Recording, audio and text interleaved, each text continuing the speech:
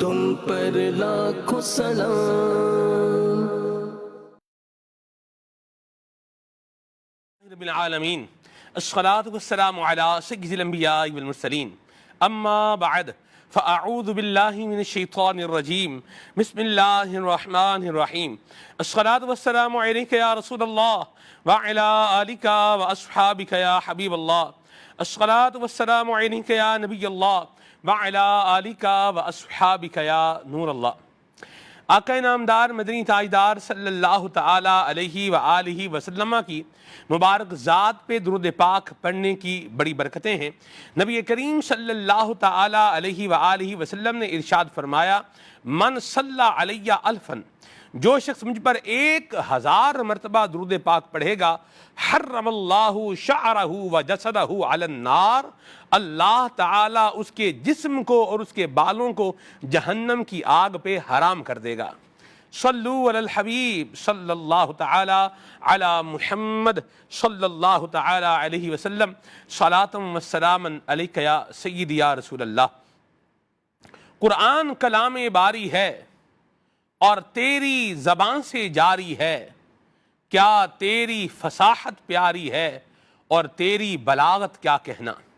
نبی کریم صلی اللہ تعالی علیہ وآلہ وسلم کا تلاوت قرآن فرمانا، نبی کریم صلی اللہ تعالی علیہ وآلہ وسلم کا نوافل ادا فرمانا، نبی کریم صلی اللہ علیہ وسلم کا نماز ادا فرمانا، نبی کریم صلی اللہ علیہ وآلہ وسلم کا عمرے ادا کرنا، نبی کریم صلی اللہ تعالی علیہ وآلہ وسلم کا حج ادا کرنا، نبی پاک صلی اللہ تعالی علیہ وآلہ وسلم کا ذوق عبادت، شوق عبادت، یہ آج کے ہمارے پروگرام کا عنوان ہے، جس پر ہم دعوت اسلامی کی مرکزی مجلس شورا کے نگران حضرت مولانا حاجی محمد عمران اتاری سے انشاءاللہ الکریم سنیں گے. اللہ تبارک و تعالی ہمیں نبی کریم صلی اللہ تعالی علیہ وآلہ وسلم کے احکامات کے مطابق اپنی زندگی گزارنے کی توفیق عطا فرمائے، عبادت کرتے ہوئے، ذکر کرتے ہوئے، اللہ پاک کی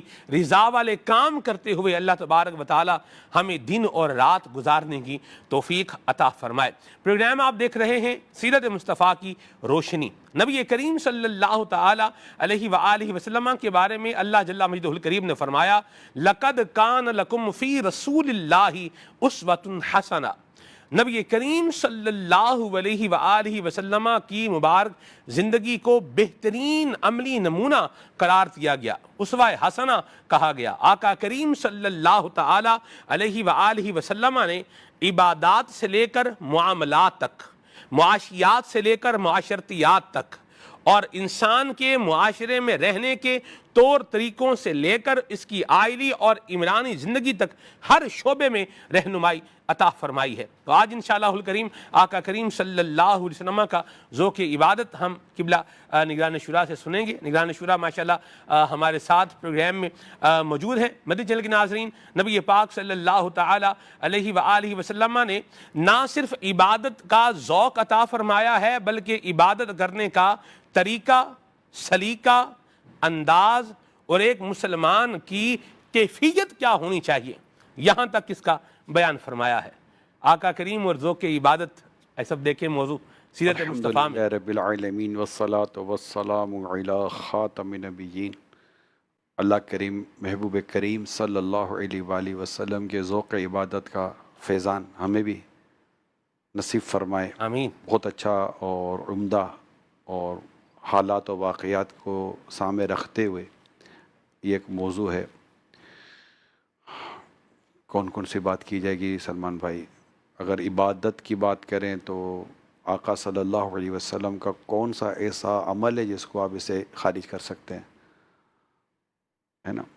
کہ ان کی شان تو یہ ہے کہ اپنی طرف سے کچھ کہتے ہی نہیں، یہ تو وہی کہتے ہیں جن پر وحی کی جاتی ہے. ایک جملہ میرے مصطفیٰ کریم صلی اللہ علیہ وسلم، بلکہ ایک لفظ، بلکہ ایک حرف بھی فضول نہ فرمایا.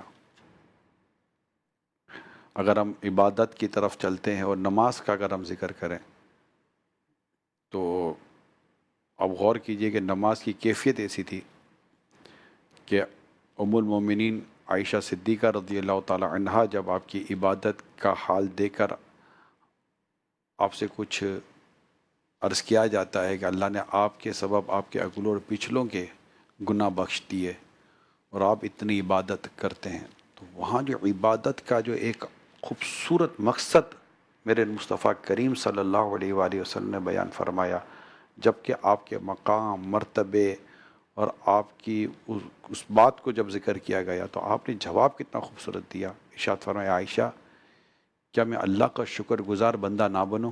افلا اکون عبدا شکورا. کیا خوبصورت جواب ہے، کیا میں اللہ پاک کا شکر گزار بندہ نہ بنوں؟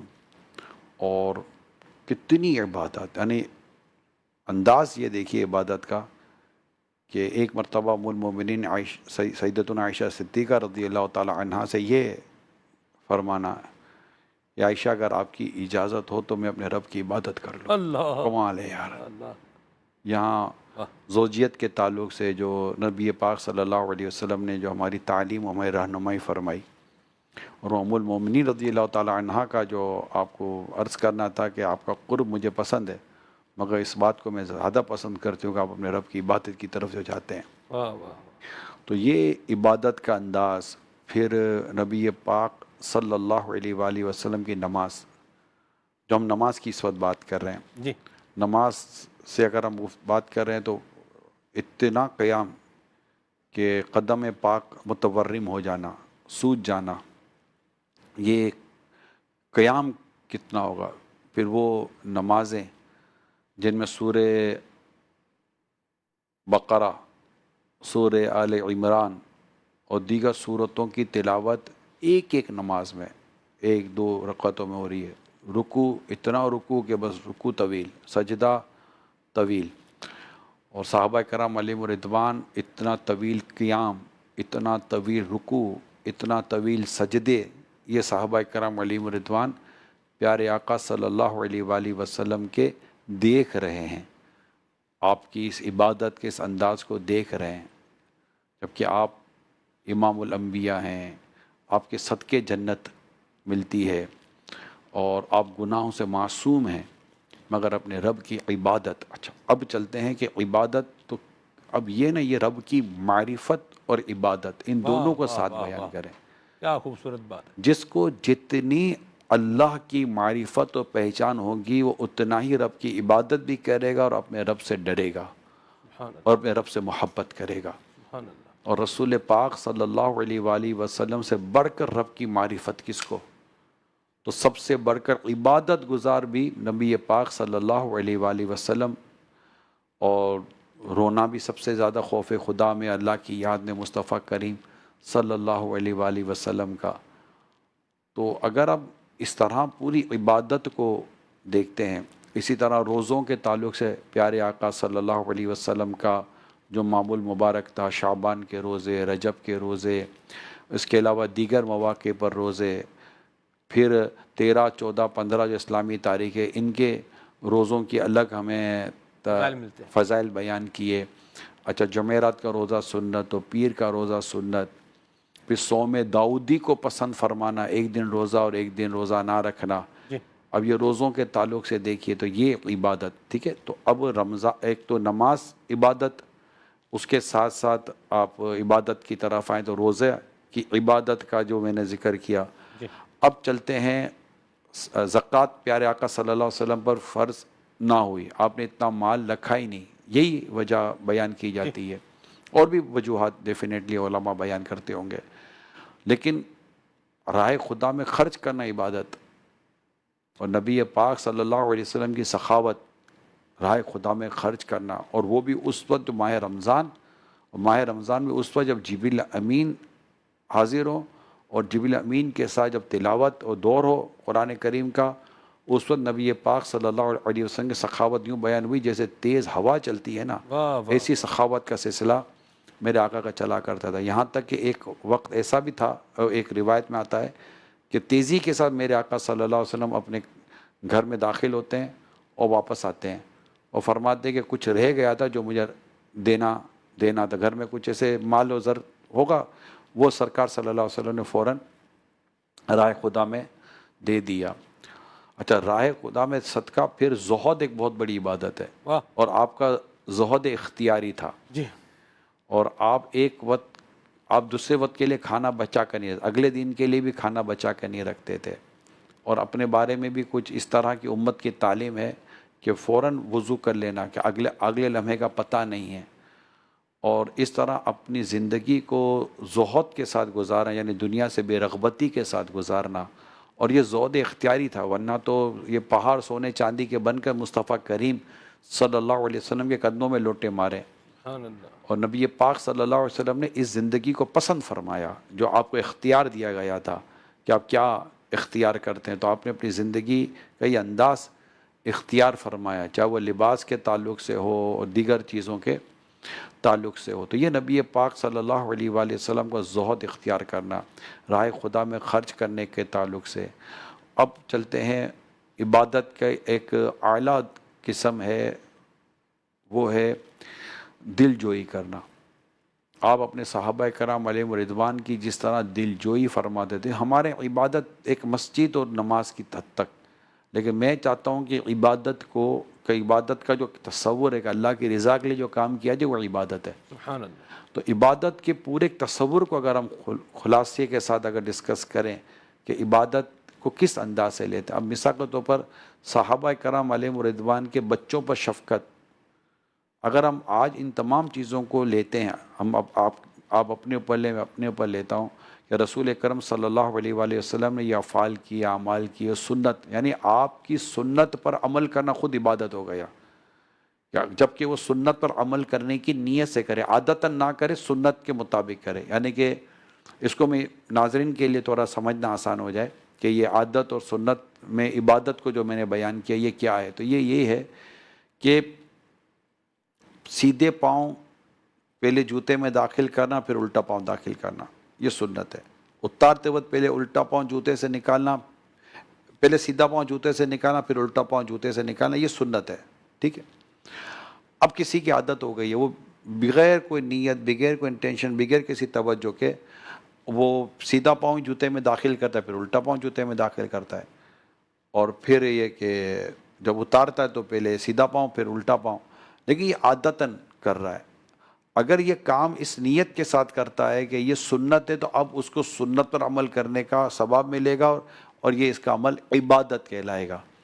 تو یہ اس لیے میں نے آپ کو یہ عرض کیا۔ تو پیارے آقا صلی اللہ علیہ وآلہ وسلم کا یہ جو انداز مبارک ہے، اگر ہم اس کو لیتے ہیں اور اس کو ہم پڑھتے ہیں، تو الحمدللہ پیارے آقا صلی اللہ علیہ وسلم کی ان اداؤں کو اگر ہم ادا کرتے ہیں تو یہ ہمیں عبادت کی طرف یہ ساری زندگی کا انداز لے کے جائے۔ یعنی اگر کوئی لقد کان لکم فی رسول اللہ اسوۃ حسنہ پر کما حق ہو، جیسا کہ عمل کرنے کا حق ہے، اور جو شریعت و دین اس حوالے سے جو ہماری رہنمائی کرتی ہے، تو میں نہیں سمجھتا کہ ہمارے شب و روز عبادت کے ساتھ نہیں گزر سکتے۔ تو پیارے آقا صلی اللہ علیہ وسلم کی عبادت کی جو کیفیت ہے، اب تلاوت کی طرف جائیں۔ تلاوت خود میرے آقا نے اس پر کتنے ارشادات ہیں کہ تلاوت کتنی اعلیٰ درجے کی عبادت ہے۔ جی تو عبادت، جی تلاوت، سب سرکار صلی اللہ علیہ وسلم کی تلاوت و تلاوت کو پسند فرمانا، سبحان اللہ، خود اپنے صحابی سے کہنا کہ مجھے قرآن سناؤ، اور ان کو عرض کی جاتی یا رسول اللہ قرآن تو آپ پر نازل ہوا، تو فرماتے کہ محبوب کا کلام غیر سے سننا زیادہ پسند ہے، یعنی کوئی اور مجھے میرے رب کا کلام سنائے، اس پہ زیادہ آپ صلی اللہ علیہ وآلہ وسلم کو اس میں وہ تھا، رغبت تھی۔ اور نبی پاک صلی اللہ علیہ وسلم تلاوت سن کر رویا کرتے تھے۔ میرے آقا کے چشمان کرم سے آنسو بہہ جاتے تھے، اتنا روتے تھے، خوف خدا میں رونا، اللہ کی محبت میں رونا۔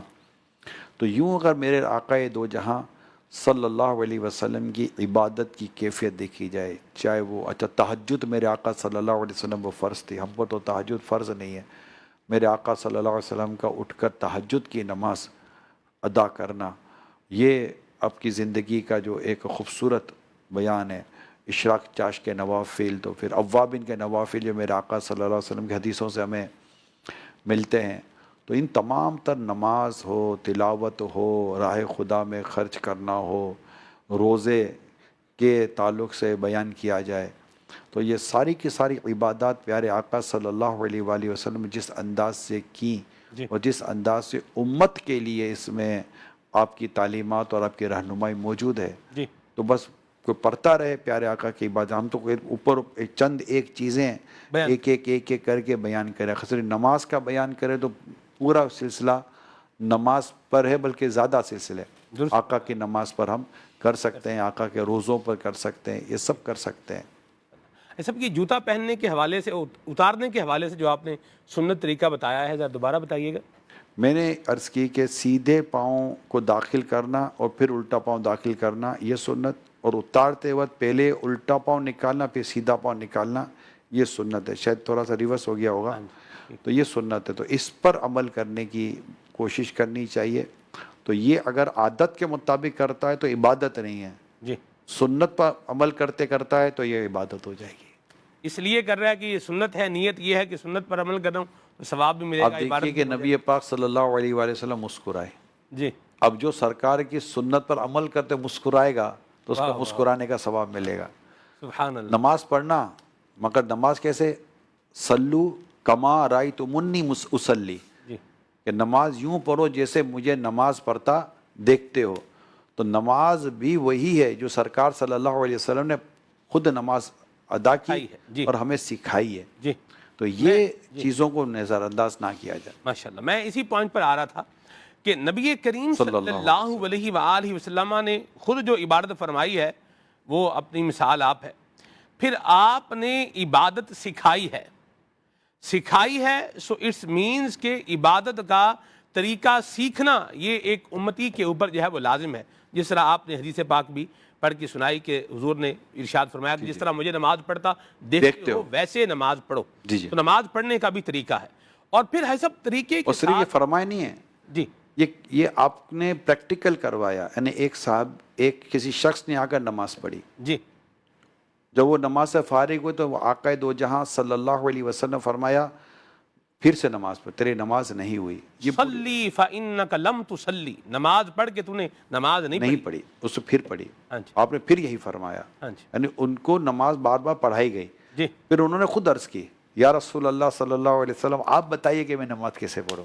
سبحان پھر قربان جاؤ میرے آقا صلی اللہ علیہ وسلم پر، آپ انہیں نماز کا طریقہ سکھا رہے ہیں سبحان اللہ سبحان اللہ. کہ نماز یوں پڑھنی چاہیے. اس میں ہمارے مبلغین کے لیے ہے جی کہ نماز کی دعوت دینا یہ بھی ہمارا کام ہے، جی اور نماز کیسے پڑھنی ہے یہ سکھانا بھی ہمارا کام ہے. ماشاءاللہ. یہ سب مبلغ کا کام ہو گیا سکھانا. اب امتی کا کام ہو گیا اس کو سیکھنا. بہت ساری چیزیں ہیں جس کے لیے باقاعدہ ہم ٹیوٹر کے ذریعے سے اس کو سیکھتے ہیں. سکھانے والا استاد ہوتا ہے، وہ سکھاتا ہے. آپ دیکھیے لینگویج ہے، اس کے لیے استاد چاہیے. آپ اور دیکھیں کوئی بھی دنیا کی فیلڈ ہے، آپ کو کام کر رہے ہیں، کوئی ہنر سیکھ رہے ہیں، اس کے لیے بھی آپ کو جو ہے وہ استاد چاہیے. لیکن عبادت کے معاملے میں دیکھا یہ گیا ہے کہ لوگ سیکھنے کی بجائے بس جو بچپن میں دیکھا ہے یا جس طرح سے ایک انداز سنایا ہے ویسے ہی جو ہے وہ چل رہا ہے. تو اس کے سیکھنے کے ساتھ ساتھ مجھے تو یوں لگتا ہے کہ اس کی کیفیت کیا ہونی چاہیے یہ بھی نبی کریم صلی اللہ علیہ وسلم نے ارشاد فرما کے ہمیں نماز کے دوران اپنی کیفیت کو درست کرنے کا بھی جو ہے وہ ارشاد فرمایا ہے. تو ایک بحیثیت امتی کیا آپ یہ نہیں سمجھتے کہ ہماری ذمہ داری ہے کہ ہم نبی کریم صلی اللہ علیہ وسلم کی تعلیمات کے مطابق باقاعدہ نماز کے فرائض، اس کے واجبات، اس کی سنتیں، اس کے مستحبات ان کو بھی سیکھیں، اور پھر اس کے ساتھ جو نماز میں ہماری کیفیت ہونی چاہیے اس کے اوپر بھی ہمیں جو ہے وہ ایک ذوق اور شوق اپنا بنانا چاہیے اور اس کی معلومات بھی ہونی چاہیے. دیکھیں آپ جو بیان فرما رہے ہیں نا، مجھے قرآن کریم کی سورہ مومنون کی جو ابتدائی آیات ہیں جی ان ابتدائی آیات مجھے یاد آ رہی ہیں جی کہ وہ جو شروع کی جو آیات ہیں، یہ 18ویں پارہ جو شروع ہوتا ہے سورہ قد افلح المؤمنون، جی میں وہی نکال رہا ہوں. اس میں اگر دو آیتیں ایسی ہیں کہ ان دونوں آیتوں کے اندر یہ پورا بیان موجود ہے. مثال کے طور پر جی قرآن کریم کے سورہ مومنون کے اندر جو دوسری آیت ہے جی الذین هم فی صلاتہم خاشعون، ٹھیک ہے، یہ نماز کا ایک جو اپنی نماز میں خشوع اور خضوع کرنے والے ہیں، یعنی پورے باطنی آداب کے ساتھ واہ واہ، نماز پڑھنی ہے. یہ ہو گیا ایک قرآن کریم میں. اور پھر اس کے اندر جب آپ اس کی تفسیر پڑھیں گے تو اس کی تفسیر میں کئی باتیں آ جائیں گی کہ نماز کیسے. مثال کے طور پر بخاری شریف کی حدیثیں لکھی ہوئی ہے سبحان اللہ، کہ سرکار مدینہ صلی اللہ علیہ وآلہ وسلم نے فرمایا ان لوگوں کا کیا حال ہے جو اپنی نماز میں نظریں آسمان کی طرف اٹھاتے ہیں. پھر آپ صلی اللہ علیہ وآلہ وسلم نے اس میں بہت سختی کی اور ارشاد فرمایا یہ لوگ اس سے باز آ جائیں ورنہ ان کی نظریں چھین لی جائیں گی. اللہ اکبر. ٹھیک ہے. تو اسی طرح ایک اور حدیث پاک ہے ترمذی شریف کے تعلق سے کہ حضرت انس رضی اللہ تعالیٰ عنہ فرماتے ہیں نبی اکرم صلی اللہ علیہ وآلہ وسلم نے مجھ سے ارشاد فرمایا بیٹے نماز ادھر ادھر دیکھنے سے بچو. نماز میں ادھر ادھر دیکھنے سے بچو. نماز میں ادھر ادھر توجہ ہلاکت ہے. تو اب یوں آپ یہاں پر اگر پڑھیں گے تو اس میں خشوع کا بھی بیان موجود ہے کہ خشوع اور خضوع کا جو ذکر ہوا کئی روایتیں یہاں پر آپ کو مل جائیں گی. یہ ہوا ایک آیت کریمہ جو میں نے بھی آپ کو سورہ مومنون کا یہاں بیان کیا. یہ دوسری آیت کریمہ تھی. اور یہیں پر اگر ہم آگے بڑھتے ہیں تو اب میں آپ کو لے کر چلتا ہوں آیت نمبر 9 آیت نمبر 2 سورہ مومنون جو میں نے بھی بیان کیا جس میں خشوع اور خضوع کا بیان ہے. جب آیت نمبر 9 پر ہم آتے ہیں تو فرمایا والذین هم علی صلواتہم یحافظون اور وہ جو اپنی نمازوں کی حفاظت کرتے ہیں. اوپر تھا نمازوں کو خشوع اور خضوع کے ساتھ پڑھنا بعد نماز کی چل رہی تھی. جی یہ نبی پاک صلی اللہ علیہ وسلم نے جب ارشاد فرمایا تو قرآن میں آیتیں موجود ہیں. پھر اس میں ان آیتوں کو پڑھیں گے تو نبی پاک صلی اللہ علیہ وسلم کے ارشادات جو اس موضوع پر ہماری تعلیمات کے لیے ہیں وہ بھی ہیں. تو اس میں جو جیسے کہ ارشاد فرمائے نا کہ تو اس میں یہ بھی ہے کہ نماز کو ان کے اب اس کی جیسے حفاظت کا یہاں ذکر ہے نا یحافظون اس کی حفاظت کرتے ہیں. انہیں ان کے وقتوں میں پڑھتے ہیں. وقت صحیح. نمبر 1 ان کے شرائط اذا فات الشرط فات المشروط. اگر شرط فوت ہو جائے تو مشروط بھی فوت ہو جائے گا.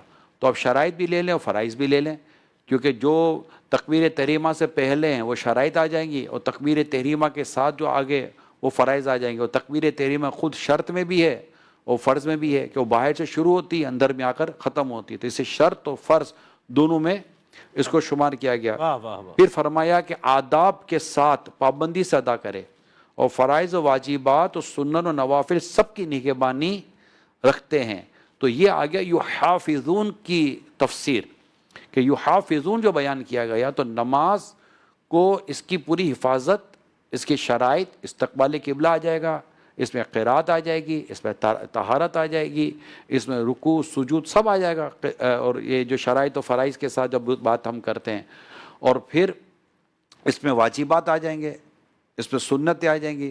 پھر اس کے مفسدات کو پڑھنا ہوگا مفسدات کو سمجھنا ہوگا مکروہ تنزیہی کو پڑھنا ہوگا مکروہ تحریمی کو سمجھنا ہوگا. نماز باطل کیسے ہو جائے گی اس کو پڑھنا سمجھنا ہو. تو خود ایک نماز کو اگر ہم بیان کرتے ہیں تو خود ایک نماز کے اندر کئی چیزیں. آج کل یہ آپ نے دیکھا ہوگا ناظرین میں سے ایک بڑی تعداد ہوگی جو شاید اس کو جانتے اقتصادیات کو آج کافی پڑھا جا رہا ہے کہ اسلامی نظام معیشت جو ہے جو اقتصادیات کا جو ایک شعبہ چلا ہوا ہے اکنومیکلی جو سمجھنا ہے اور اسلامی بینکنگ کے طور پر جس کو سمجھنا ہے اس پر کافی ڈسکشن آج کل ہو رہی ہے. تو اب کیا وہ ایک چیز کو سمجھنے کے لیے یعنی ایک چیز کو سمجھنے کے لیے کتنے ٹاپکس آ رہے ہیں. یعنی ایک تعداد تھی جس کو مداربہ پتہ ہی نہیں تھا کہ مداربہ کہتے ہیں کہ اس کو شراکت کیسے کہتے ہیں. انگلش ٹرم تو جانتے تھے لیکن وہ اس کی شرعی اور اسلامی ٹرم نہیں جانتے تھے. لیکن اب چونکہ ایک چیز سیکھنی تھی اسلامک طور پر جو اسلامک اکنامکس ہے جو اسلامی معیشت ہے اس کو سیکھنے کے لیے اتنا بڑا ٹاپک ہے اور اس کو اتنا زیادہ لکھا جا رہا ہے اس کو اتنا زیادہ بولا جا رہا ہے اس پہ اتنی لٹریچر ہے اس پہ اتنے لیکچر ہیں اس پہ اتنے ورکشاپ ہیں بہت کچھ کہا جا رہا ہے.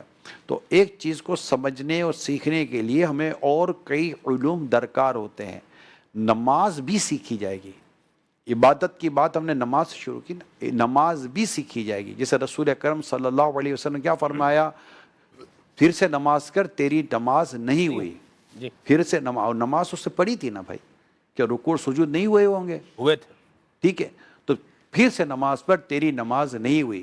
ان نماز کو جس انداز سے پڑھنا تو بیان ہوا. عام آدمی کو بعض اوقات یہ ڈسکشن اتنی اپیل نہیں کرتی سمجھ نہیں آتی نماز ہی تو پڑھ رہے ہیں نا بھائی نماز ہی پڑھ رہے ہیں تو ہم بھی تو کہہ رہے ہیں نماز ہی پڑھنی ہے، لیکن نماز میں اگر وہ چیزیں مس ہو گئیں، اگر واجب ترک ہو گیا جی تب بھی ظاہر ہے اس کا بھی حکم الگ ہے، مقروء تنزیہی مقروء تحریمی کی جو اسات کا حکم الگ ہے، مستحبات کا احکام الگ ہے۔ میں آپ کو اس کے لیے ایک مشورہ دیتا ہوں، امیر سنت کی ایک بڑی خوبصورت کتاب ہے نماز کا طریقہ، ماشاء اللہ، ایک الگ سے کتاب ہے۔ آپ ابھی جائیے، ہمارا پروگرام ختم ہو جائے بھلے، آپ جائیے اپنی امداد سے ویب سائٹ پر ای بک میں جائیں، نماز کا طریقہ لکھیں، نماز کا طریقہ کتاب ڈاؤن لوڈ کریں، اس کو پڑھیں تو صحیح اندازہ ہو جائے گا۔ اور جو ہمارے یہاں نماز کورس کروایا جاتا ہے دعوت اسلامی میں، فری آف کاسٹ ہے، دیر از نو اینی فیس۔ آپ آ جائیں فزیکلی، ہمارے نماز کورس مختلف کیٹیگریز کے مختلف انداز پہ ہوتے ہیں، جو پروفیشنلز ہوتے ہیں، جو بزنس کمیونٹی ہوتی ہے، جو نوکریاں کرتے ہیں، یا جو دیگر اسٹوڈنٹس ہیں، ان سب کے لیے الگ الگ جتنا آپ کو ٹائم ہے، مستقل بھی 7 دن تک آپ رک سکتے ہیں۔ آپ اگر بریک لے کر چلنا چاہتے ہیں کہ بھائی گھنٹے دے سکتے ہیں، کوئی کہیں ہفتے میں 2 دن دے سکتے ہیں، سب کے الگ الگ ہمارے پاس پیکیجز بنے ہوئے ہیں۔ یہ مدنی پیکیج، جیسا کہ موبائل کے پیکیجز ہوتے ہیں نا، ہمارے بھی مدنی پیکیجز بنے ہوئے ہیں، علمی حوالے سے، علم سیکھنے کے تعلق سے۔ آپ بتائیے کہ آپ کب اور کہاں کس طرح سیکھنا چاہتے ہیں۔ واہ، الحمدللہ دعوت اسلامی آپ کو یہ سروس پرووائڈ کر رہی ہے۔ کچھ نہیں تو آن لائن پڑھ لیں، نماز کورس پورے کے پورا آن لائن یہ کر لیں، جو کرنے کی چیزیں ہیں۔ میں نے کئی ایسے چیزیں ہم نے سیکھی ہیں اور اس پر بہت محنت کی ہے بھیا، بہت محنت کی ہے، بہت محنت کی ہے۔ اس کو اسکل ڈیولپمنٹ کے طور پر آپ لیتے ہیں، پرسنل اسکل کورسز کے طور پر آپ لیتے ہیں۔ تو میں جو شرن غلط نہیں ہے، میں اس کو غلط نہیں کہہ رہا، مگر میں یہ کہہ رہا ہوں کہ جو چیز سیکھنی چاہیے تھی کہ نماز سب سے پہلا سوال ہے ہمارا، نماز جنت کی چابی ہے۔ اور نبی پاک صلی اللہ علیہ وسلم جن کا میلاد منا رہے ہیں، وہ خود فرماتے ہیں نماز میں میری آنکھوں کی ٹھنڈک رکھی گئی ہے، اللہ اللہ اللہ، آپ کے قلب کا سکون نماز، یہ نماز کی اہمیت ہے۔ اور نماز ہماری کیا مرد کیا عورت بدقسمتی ہے ہماری، نماز پڑھنے نہیں آتی۔ اب جب نماز پڑھنے نہیں آتی تو آپ دیکھیں تھوڑا سا پلیز سمجھنے کو، نماز پڑھنے نہیں آتی تو اس میں کئی اور چیزوں کا ٹاپک نکالا جا سکتا ہے۔ ہو سکتا ہے اس کو قرات کرنے بھی نہ آتی ہو، درست قرات نہ کرتا ہو، تلاوت نہ کرتا ہو، قرآن اس کو درست پڑھنا نہ آتا ہو سکتا ہے اس کو وضو کرنے نہ آتا ہو سکتا ہے اس کو ناپاکی کی صورت میں غسل کرنے نہ آتا ہو۔ اب بتائیے کہ یہ غسل کرنا، یہ وضو کرنا، یہ کپڑوں کا پاک ہونا، جگہ کا پاک ہونا، قرآن کی درست تلاوت کا ہونا، پھر خود نماز کے دیگر جو شرائط ہیں، دیگر جو فرائض ہیں، مطلب دیکھیں کسی کو نماز، ہمارے سامنے لوگ نماز پڑھ تو رہے نا، اب نظر آ رہا ہے کہ اس کا رکوع صحیح نہیں ہے، رکوع تو کوئی چھپ کر تو نہیں نا رکوع کر رہا بھائی، رکوع کرتے ہوئے یہ غائب ہو جاتا ہے، سجدہ سامنے ہو رہا ہے نا۔ مسجد کے اندر جب آپ نماز پڑھتے تو آپ کے سامنے سجدے ہو رہے ہیں نا لوگوں کے، اور آپ کو جب پتہ ہے کہ سجدہ کے لیے یہ ضروری ہے، سجدہ اتنی ہڈیوں پر ہوتا ہے اور سجدے کی یہ لازمی چیزیں ہوتی ہیں، اب آپ کے سامنے ایک شخص کا سجدہ ہی صحیح نہیں ہے جو نظر آ رہا ہے، بالکل کوئی یہ نہیں کہ جناب حسن ظن وغیرہ، بھائی سامنے ابھی کیا مطلب ایک آدمی کیا حسن ظن رکھے، نہیں ہے اس کا سجدہ صحیح بھائی، اس میں کیا ہو، چلو اس کی قرات اس کی ہم نہیں سن رہے، لیکن اب سمجھ جاتا ہے جب رکوع صحیح نہیں ہے۔ اچھا وضو پہ تو وضو تو ساتھ ہی بیٹھ کر کر رہا ہے نا، وضو خانہ کو الگ تھوڑی ہے، ہمارے سامنے وضو کر رہا ہے، اور وضو میں اس کو ہاتھ دھونا جو فرض ہے کونیوں سمیت قرآن کریم میں ہے نا، چہرہ دھونا، ہاتھ دھونا، اور سر کا مسح ہے، پاؤں دھونا ہے، اس کا ذکر تو قرآن میں موجود ہے۔ اذا قمتم الى الصلاة فاغسلوا وجوهكم وايديكم الى المرافق وامسحوا برؤوسكم وارجلكم الى الكعبين، یہ چار پاؤں بیان، ٹخنوں ٹھیک ہے، سمیت، یہ چار بیان ہوئے نا یہاں پر، جی اور کلی ہے بھی ہے، ناک پہ پانی چرانا ہے۔ جی تو اب اچھا آپ وضو پہ بیٹھے ہو، آپ کے ساتھ ایک شخص وضو کر رہا، ابھی تو آپ آستین چڑھا رہے ہیں، اگلا وضو کر کے نکل گیا بھیا، کیا وضو کیا، تری وری ماری، وہ رسم وضو جس کو کہتے ہیں نا، رسم وضو ہو گیا۔ جیسے ہمارے یہاں نا ایک اسٹیکر نکلا تھا، شاید آپ کو یاد ہوگا، کہ جوانوں کی طرح وضو کرو، بوڑھوں کی طرح نماز پڑھو، ایک اسٹیکر نکلا تھا، یعنی کہ جلدی جلدی وضو کرو اور ٹھہر ٹھہر کے نماز پڑھو۔ وہی لکھنے والے نے لکھ دیا اور ہم نے بھی اس کو چلا دیا۔ سیدھی بات یہ ہے کہ سنت کے مطابق وضو کرو، سنت کے مطابق نماز پڑھو۔ آپ نے کیوں چلایا اس کو، نہ چلاتے آپ؟ بھائی جس نے چلایا اس کو کہہ رہے ہوں، یعنی آپ نے تو نہیں چلایا نا؟ نہیں، ہم نے نہیں دعوت چلایا، اسلامی نے تو نہیں چلایا نا؟ نہیں کسی نے چلایا، یہ ہم تو اس چلانے والے کو بھی چلا رہے ہیں چلا کہ رہے بھئی یہ کیا چلایا تم نے، ٹھیک ہے. تو یوں کہنے کا مقصد یہ ہے کہ کم از کم اتنا جو اس وقت ہمارے پروگرام کو دیکھو سن رہے ہیں، آگے جو پروگرام کو دیکھیں گے سنیں گے، چاہے سوشل میڈیا پر آپ دیکھیں گے سنیں گے، مہربانی کریں اپنے اوپر رحم کریں، اللہ پاک ہمارے حال پر رحم فرمائے، مہربانی کریں، نماز تو سیکھیں یار، نماز تو سیکھیں. ہمارے یہاں تو 30 سال تک اسٹوڈنٹ جنہوں نے پی ایچ ڈی کی ہوئی ہے، ان کو پوچھے تو ان کو دیکھ کر قرآن پڑھنے نہیں آتا، ان کو صحیح نماز پڑھنے نہیں آتا. بھیا کر کیا رہے ہیں آپ کے 25-30 سال صرف تعلیم کے نام پر گزر گئے، 25-30 سال آپ کی کوئی اسکل ڈیولپمنٹ کے نام پر گزر گئے، یا کوئی اب مطلب چلے کوئی اسی طرح کی تعلیم نہیں ہے، کوئی اور روزگار پہ لگے ہیں، کوئی اور کام پہ لگے ہوئے، لیکن بالغ ہوتی ہی نماز تو فرض ہو گئی نا. نماز ہر عاقل بالغ مرد عورت پر فرض تو ہے نا. اور نماز کی امپورٹنس کو سمجھیں، بات نماز کی چلیے میں کہا تھوڑی بات اور پوری ہو جائے. نماز کی امپورٹنس کو سمجھنے کی ہم کوشش کریں. ہمارے دین ہماری شریعت ہمیں کیا کہتی ہے، والدین کو کیا کہتی ہے. 7 سال کا بچہ اس کو نماز کا حکم دو، ابھی تو اس کو بالغ ہونے میں وقت باقی ہے، کئی سال باقی ہیں. وہ نماز کی اس کو روٹین پر لانا ہے، اور اگر 10 سال کا ہو جائے نہ پڑھے سختی کا حکم ہے. آگے اس کی بالغ ہونے میں ابھی بھی ٹائم باقی ہے، لیکن 15 سال کی عمر اگر ہو گئی اسلامی کیلنڈر کے حساب سے تو وہ بالغ ہو ہی گیا نا، چاہے میں لڑکا ہو یا لڑکی ہو. میں لڑکی کا تو 13 ایئر میں، 12 9 سے 13 میں. 9 سے. تو اب یہ اب احکام کو سمجھیے، تاکہ ہمارا بچہ یا ہماری بچی جب اس پہ نماز فرض ہو تو وہ کائنڈلی نماز ہی تو ہو. اچھا اس کو نماز کا نماز پڑھ، نماز پڑھنی کیسے یہ بھی تو بتانا ہے.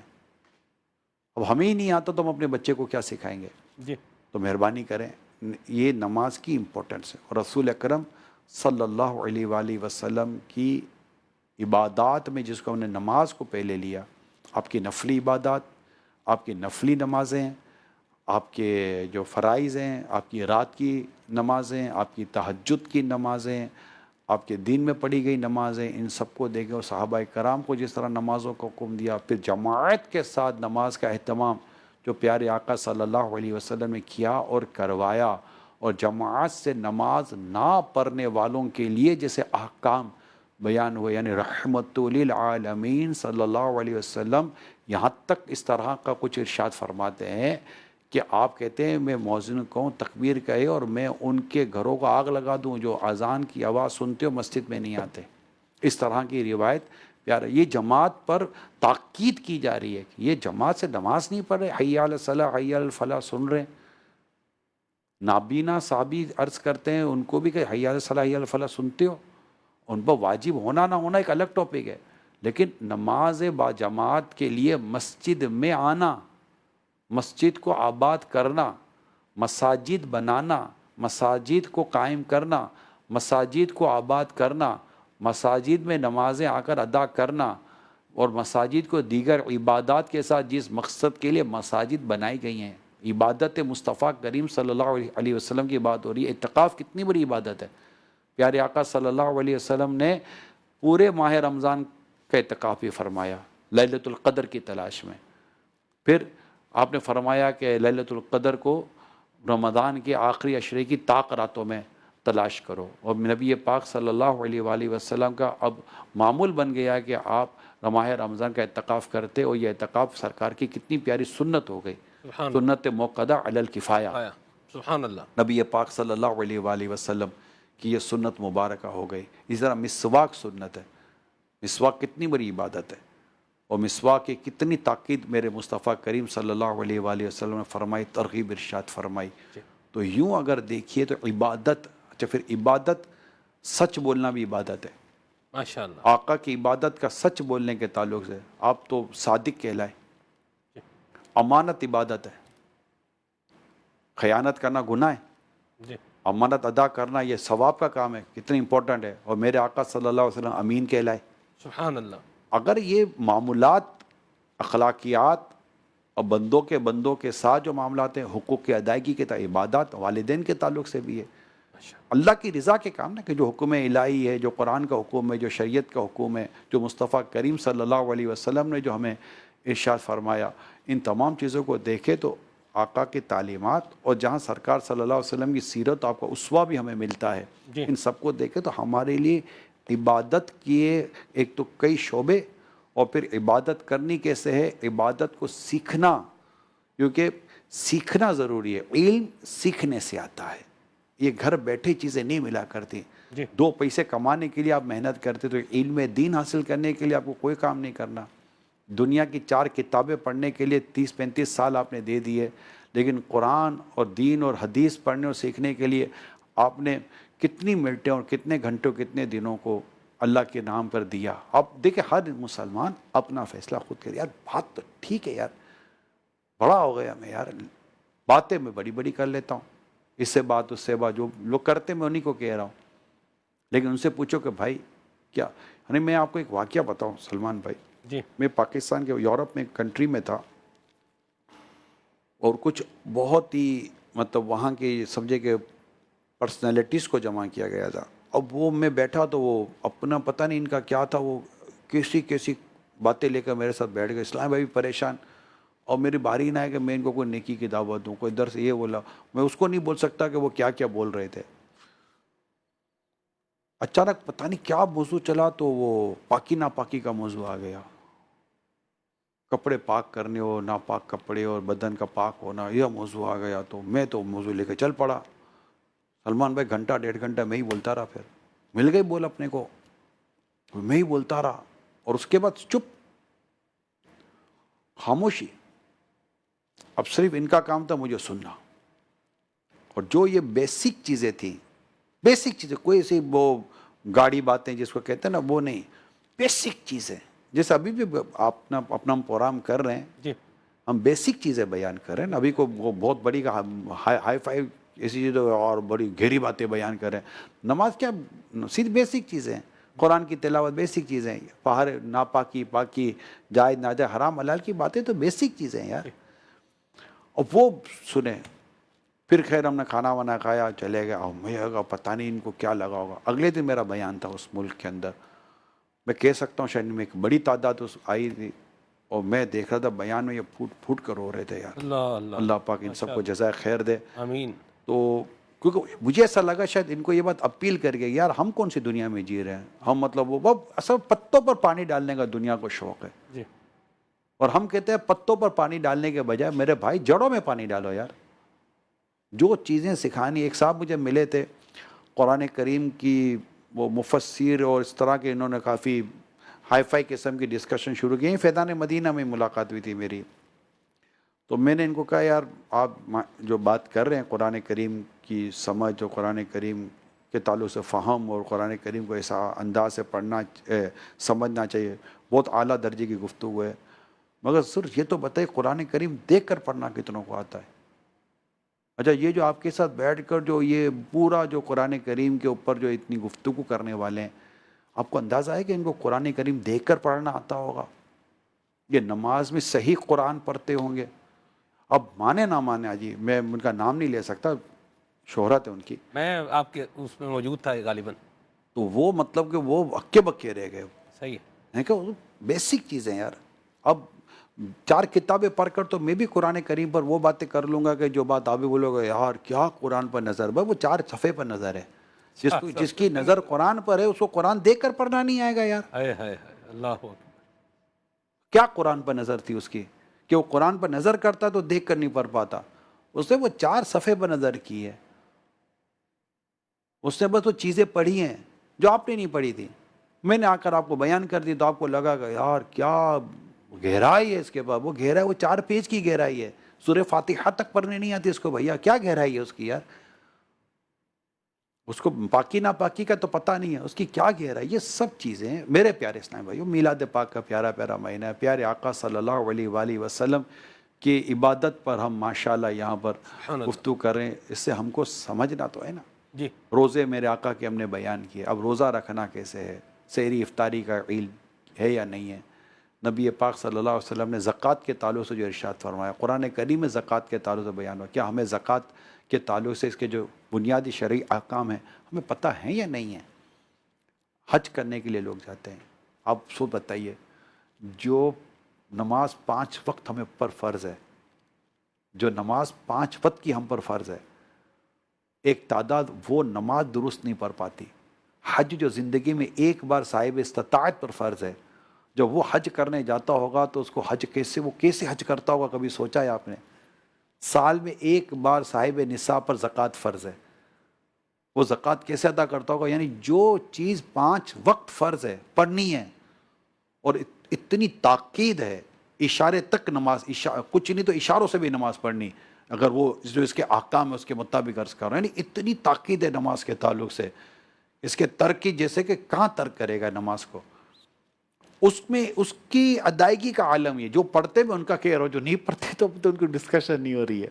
تو سوچیں بھی، زکوٰۃ رمضان میں سال میں ایک بار روزے فرض جن پر فرض ہیں ان کا، اور پھر زندگی میں ایک بار حج، ان عبادات کا عالم کیا ہوگا؟ اللہ پاک ہمارے حال پر رحم فرمائے۔ آمین۔ جب ہمارا مقصد کمانا، کھانا پینا اور دنیا کی آسائشیں اور دنیا کے زیبائشیں اور دنیا کی یہ سہولتیں جب ہماری زندگی کا اگر مقصد بن جاتی ہیں تو پھر ظاہر ہے پھر ہماری زندگی اسی سمت چلے گی جس سمت چل رہی ہے۔ اللہ محفوظ کرے۔ ہمیں اپنی رکے تھوڑا، پلیز اسٹاپ، پوز، سوچے۔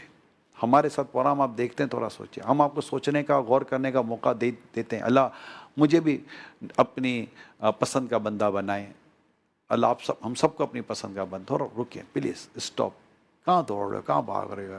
صبح اٹھے، منہ ہاتھ دھویا، نکل گئے، فجر پڑھی نہیں پڑھی؟ حالانکہ میں درخواستیں کرتا ہوں، جو نمازی ان کو بھی درخواستیں کرتا ہوں کہ اٹھتے ہیں تو 8-9 بجے بھی ہوتے ہیں۔ عموماً ہمارے یہاں اشراق چاش کا وقت ہوتا ہے، نہا دھو کر ایک تعداد نہا دھو کر نکلتے ہیں۔ آپ کو یہ پتہ ہو کہ بھائی غسل کیا اور سارے اعضائے وضو دھل گئے، کلی اور ناک میں پانی وغیرہ چلانے کے جو بھی اس کے جو طریقہ کار ہے، اگر ہم کر لیتے ہیں، نارملی کرتے بھی ہوں گے، تو اب باوضو تو ہو گئے۔ اب اگر اشراق چاش کا وقت باقی ہوتا بھی ہے، جنرلی ہوتا ہے، تو 2 رکعت اشراق 2 رکعت چاش کی پڑھ لیں صبح واہ صبح۔ واہ واہ واہ۔ کیا جائے گا یار، ثواب تو دیکھیے اس کا۔ پھر جو نکلنے سے پہلے کوئی 1 2 3 آیات قرآن کریم کی، میں تو کہتا تعلیم القرآن 2 جلدوں میں ہمارا مکتبۃ المدینہ مفتی قاسم صاحب کی، مفتی محمد قاسم صاحب اللہ پاک ان کو سلامت رکھے، ان کی 2 جلدیں ہیں، وہ مختصر سی تفسیر کے ساتھ ہے۔ 5 منٹ نہیں لگیں گے، میں آپ کو بتا رہا ہوں، 5 منٹ نہیں لگیں گی۔ آپ ناشتے پر جا رہے ہیں نا، آپ ناشتے پر جا رہے ہیں، صبح 8-9 بجے آپ اٹھیں یا 7 بجے اٹھیں، جو بھی آپ کو اٹھنے کا ٹائم ہے، تو اب یہ کام کرتے کرتے بھی چلے جائیے، پھر ناشتہ کریں اور کام پر جائیں۔ ایک نماز فجر تو پڑھی لی تھی آپ نے، فرض نماز جو ہے وہ تو لازم ہے، اللہ کرے جماعت سے پڑھی ہو جبکہ کوئی شرعی عذر نہ ہو۔ پھر اشراق چاش کے نوافل کا جو میں نے کہا پڑھ کے سوئیں، 7 کروڑ مرحبا، اور نہیں تو اٹھنے کے بعد اگر وقت ہے تو وقت تو ہے نماز کا تو یہ پڑھ سکتے ہیں، قرآن کی تلاوت کر لی، یہ ٹوٹل ملا کر 5-7 منٹ سے زیادہ وقت نہیں لگے گا آپ کو، میں آپ کو بتا رہا ہوں۔ 7 منٹ دے دیں یار کم از کم، اور پھر ناشتے پر بیٹھ جائیں۔ آپ اخبار کھولتے ہیں، موبائل کھولتے ہیں، گھنٹوں نکال دیتے ہیں اس کے اوپر، آدھا پونا گھنٹہ نکل جاتا ہے۔ یوں کر کے گاڑی میں بیٹھے ہیں، اللہ کی عبادت کر کے گاڑی میں بیٹھے ہیں یا کنوینس سے جو بھی باہر نکلے گھر سے، بسم اللہ توکلت علی اللہ لا حول ولا قوت الا باللہ پڑھ کے گھر سے نکلیں، یا حفیظ و یا سلام و 11 بار پڑھ کے اولا کے درود شریف کے ساتھ گھر سے نکلیں، اور دل جوئی کر کے گھر سے نکلے، بھی نیکی ہے۔ سبحان اللہ۔ سلام دعا کر کے ماشاءاللہ اچھے انداز سے گھر سے نکلیں، خود بھی اٹھیں، گھر والوں کو بھی عبادت کی طرف لائیں۔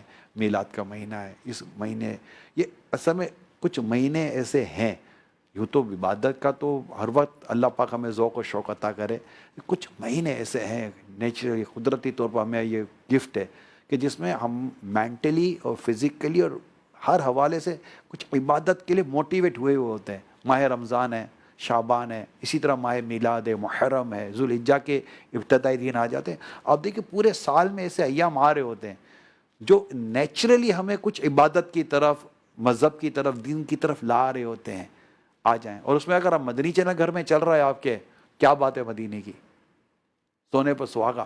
ماشاءاللہ، تو یہ میری درخواست ہے، اگر معافی چاہتا ہوں تھوڑا موضوع میرا اس طرف چلا گیا، بہت اچھا موضوع ہو گیا لیکن ایسا۔ میں نے کہا کہ یہ ایک نیکی کی دعوت ماشاءاللہ ہونی چاہیے. آپ نے فرائض واجبات کا ذکر کیا, ٹھیک ہے, فرض پڑھ لیے, واجب پڑھ لیے, تو نفل پڑھنے کی ضرورت تو پھر نہیں ہے نا, اگر بندہ نہ بھی پڑھے تو چلے گا؟ نہیں, نفل تو میں نے بیان کیا نا, فرض کہ اشراق چاند بھی تو نفل نماز ہے, اوابین بھی نفل نماز ہے. اس کو پڑھنے کی بھی ضرورت ہے. امپورٹنس بہت ہے نماز کی, ضرورت یہ ہے کہ امپورٹنس بہت ہے. آپ دیکھیں تہجد کے فضائل آپ کے سامنے ہیں. اوابین یعنی 3 فرض کے بعد جی اگر مطلب کہ کوئی دنیاوی بات وغیرہ نہیں کرتا اور 6 رکعت اوابین کے پڑھتا ہے تو اس کو یوں بھی کر سکتے, 2 سنت ہو جائے گی مغرب کے, اس میں 2 کر کے 2 نفل کر لے, تو 12 سال کی عبادت کا ثواب. واہ واہ. ٹھیک ہے. اچھا, اب میں نے دیکھا سفر میں بھی, ابھی سفر میں بھی دیکھا تو اب ہمارے ایک اسلام میں یہ کہ فرض پڑھ لی, 2 سنتیں پڑھ لی, نفل پڑھتے ہیں 2 بعض اوقات 2 رکعت نفل پڑھتے ہیں مغرب کے ساتھ, مگر وہ 2 رکعت اور نہیں. تو میں نے ان کو مشورہ دیا کہ میں کہا صرف 2 رکعت رہ گئی, اگر آپ 2 سنت کے ساتھ یہ نیت کر لیں کہ 2 سنت اور 2 کر کے اوابین کے نوافل کے طور پر آپ نیت کر لیں تو یہ 6 رکعتیں ہو جائیں گی, 2 سنت 2 نفل 2 نفل. آپ کے صرف 2 نفل رہ گئے تھے, جبکہ نیت بھی آپ پہلے بنا لیں, تو آپ کو 12 سال کی عبادت کا ثواب مل رہا ہے یار. اور 2 سے 3 منٹ, زیادہ وقت بھی نہیں لگتا, 4 منٹ. تو مگر یہ ایک بڑی تعداد ہے کہ جو شاید اس طرف ان کی توجہ نہیں ہے. اللہ کرے میلاد پاک کے اس مبارک مہینے کی برکت سے میرے دیکھنے سننے والے اوابین کے نوافل کے بھی پابند بن جائیں. آمین. تو الحمدللہ کہا ہے, تو میں نے خود پرسنلی نوٹس کیا کہ فرق پڑا. وَذَكِّرْ فَإِنَّ ذِكْرَ تَنْفَعُ الْمُؤْمِنِينَ, سمجھاؤ کہ سمجھانا مسلمانوں کو فائدہ دیتا ہے. آپ گھر میں سمجھا, اسلامی بہنوں کو بھی یہ بات سمجھ میں آ جائے گی. پھر اللہ کرے کہ عشاء کے بعد کوئی سونے کا ٹائم مل جائے تو تہجد کی نماز نصیب ہو جائے, صحیح قسمت. اور اشراق چاش کی بھی میں نے درخواست کرتے, اب ان کے سب کے فضائل ہیں. یہ مدنی پنسورہ ہے دعوت اسلامی کا, اس میں نفل نماز کے جو فضائل لکھے ہیں نا, وہ میرا خیال ہے اس کو بھی درخواست ہے کہ اس کو پڑھ لیں. ابھی چونکہ وہ یہ سارا ذہن میں تو تھا نہیں کہ یہ سارا میں بیان کروں گا, تو میں وہ لکھا ہوا بھی لیا, تو ابھی پھر وقت بھی اتنا نہیں ہوتا, ابھی 2-3 منٹ رہ گئی ہیں. جی. اور ہم نے ہمارے سلمان بھائی سے کلام بھی نہیں سنا, سلمان بھائی کی باتیں بھی کہیں رہ گئی ہوں گی ان کے. اچھا, میں ایک کیفیت پر بات کرنا چاہ رہا ہوں. یہ موضوع آپ نے لیا, اسی موضوع کے ساتھ اٹیچ بات ہے. آپ دیکھیں, ہم نبی کریم صلی اللہ علیہ وسلم کی عبادت کا بیان سنتے ہیں اور اس کے واقعات سنتے ہیں, صحابہ کرام کی عبادت کا سنتے ہیں, اولیاء اللہ کی عبادت کا سنتے ہیں, حضرت غوث پاک کی عبادت کا سنتے ہیں, شیخ طریقت امیر سنت کا عبادت کا جو ہے وہ انداز جو ہے وہ دیکھا ہے ہم نے, بلکہ آپ نے ناظرین کو بھی جو ہے وہ دکھایا ہے. یہ اہل اللہ کی جو ایک عبادت کی کیفیت ہوتی ہے, یہ نماز میں جب جاتے ہیں تو ان کی کنسنٹریشن ہے, ان کی توجہ ہے, ان کا دھیان ہے وہیں پر لگا ہوا ہے. اپنے تو غور کریں, نماز پڑھنے کھڑے ہوئے ہیں تو گھر یاد آ رہا ہے, کبھی بچے یاد آ رہے ہیں, کبھی دکان یاد آ رہا ہے, کبھی حساب یاد آ رہا ہے, کبھی فلاں شاید ہی وہ یاد آ رہی ہے, فلاں بندے سے پیسے لینے تھے یہ یاد آ رہا ہے, فلاں بندے کو یہ بات بولنی تھی وہ میں بھول گیا ہوں یہ یاد آ رہا ہے. یعنی اپنا دماغ ادھر ادھر ہی جو ہے وہ گھوم رہا ہے. اس کا بھی کوئی حل بتا. عبادت میں دل لگنے اور عبادت میں ذوق ملنے کے تعلق سے جو میرا خیال ہے شاید اسی طرف آپ جی توجہ دلانا چاہ رہے ہیں, چند چیزیں میں عرض کر دیتا ہوں. نمبر 1, یہ جو اولیاء کرام اور جو اللہ کے نیک بندوں کا جب ذکر کر رہے ہیں, سلمان بھائی اللہ پاک کی رحمت سے گناہوں سے بچتے ہیں.